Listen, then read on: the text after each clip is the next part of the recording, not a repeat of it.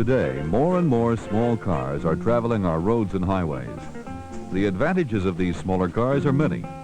They have better maneuverability, they require less road and parking space, they are easier to park, cost less, have lower maintenance costs, and have the ability to travel up to 5 times farther on a gallon of gas. If you already own a small car, chances are your next car will be even smaller and more fuel efficient. If you have never driven a small car before, you are in for a pleasant surprise. But driving these small cars safely requires a different driving technique. Many driving habits must be changed. In other words, you must downsize your driving.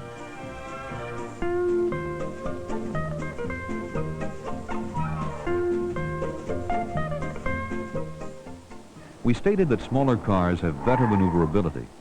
This means they can turn sharper, corner flatter, and are quicker to respond to your slightest touch. Advantages? Definitely. But this ability, if misused, can cause absolute havoc in traffic.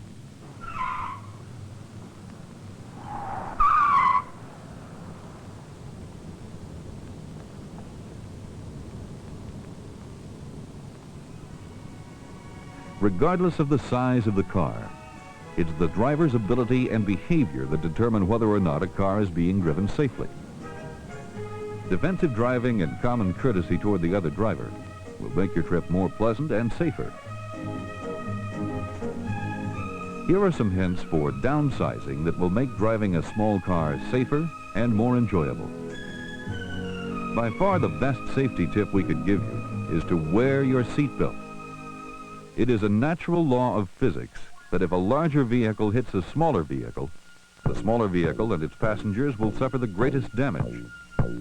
With safety belts, you are 6 times safer than without them.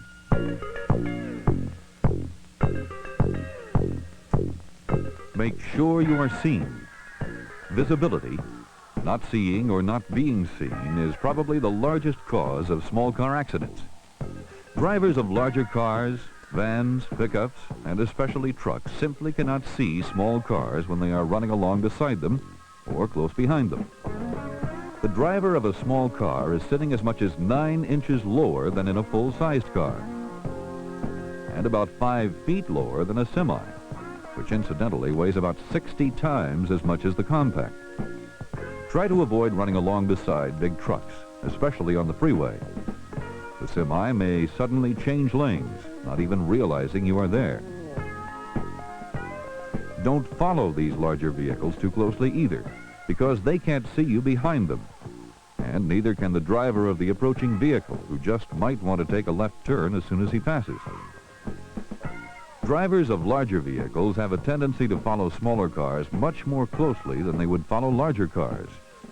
Maybe it is because they can easily see over the smaller cars, or maybe they are trying to intimidate them. If the situation permits, pull over and let him pass. For in an emergency, you could stop more quickly on dry pavement than he could. If the roads are wet or slippery, a heavier vehicle can stop more quickly. So try to maintain a space cushion around you at all times. Would you come charging out of this alley onto a cross street when you can't see vehicles coming? Certainly not. But here is a situation not altogether different that we face almost every day.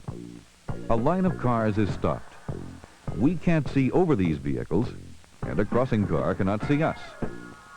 Slow down, even if you think you have the right of way or a green light. Don't come charging out of this blind alley. Because in a small car you are lower, there are many times when other vehicles will totally block your vision of traffic lights or stop signs. Be cautious. It is better to stop when not necessary than not to stop when it's too late.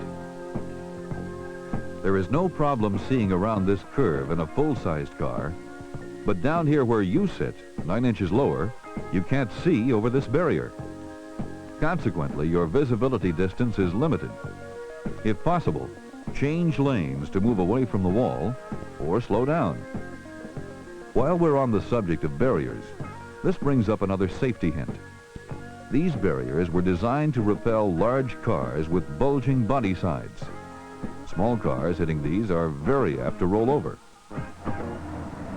Other pieces of highway furniture, like these road signs and light poles, don't always break away as they were designed to do with 3,000 to 4,000 pound cars.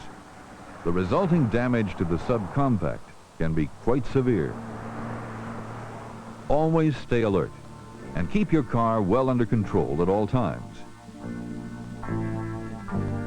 Many drivers are used to taking a quick glance down the road, a glance that would tell them a big full-sized car was coming.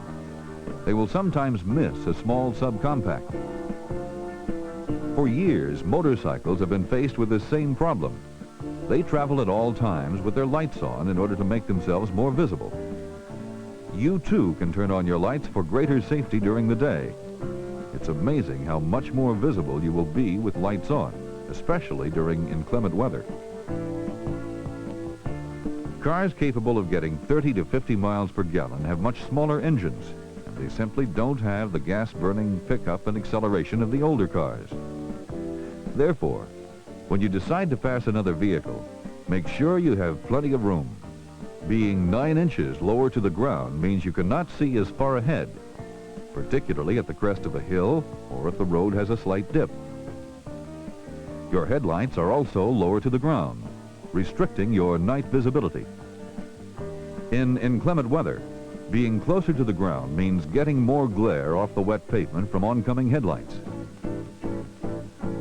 Smaller cars are more affected by strong winds than are heavier vehicles.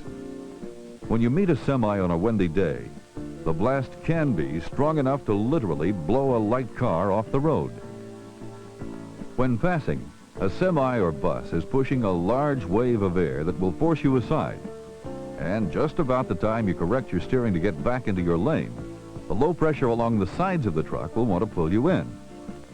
When being passed, or when meeting a large vehicle like this, even if it isn't windy, keep both hands on the wheel and stay as far away in your own lane as possible. This will minimize the turbulence. Because of smaller engines and less pickup, it is vital when merging onto a freeway to start accelerating as soon as you are on the entrance ramp. Don't stop. Step on it. Get up to freeway speed. It's easy to back off a little if necessary to merge into the traffic. Once on that freeway, remember that overhead directional signs can be much harder to see when you sit up to 9 inches lower. Another good reason to try to maintain that space cushion around you at all times. Yes, the hazards in a small car can be formidable. But as we have shown, most of these can be minimized by correctly adjusting your driving habits. Wear your seatbelt. Make sure you are seen. Don't come charging out of this blind alley. Try to avoid running along beside big trucks. Don't follow these larger vehicles too closely either. When being passed, or when meeting a large vehicle like this, keep both hands on the wheel and stay as far away in your own lane as possible. Try to maintain a space cushion around you at all times. When you decide to pass another vehicle, make sure you have plenty of room. It is vital when merging onto a freeway to start accelerating as soon as you are on the entrance ramp. Don't stop. Step on it.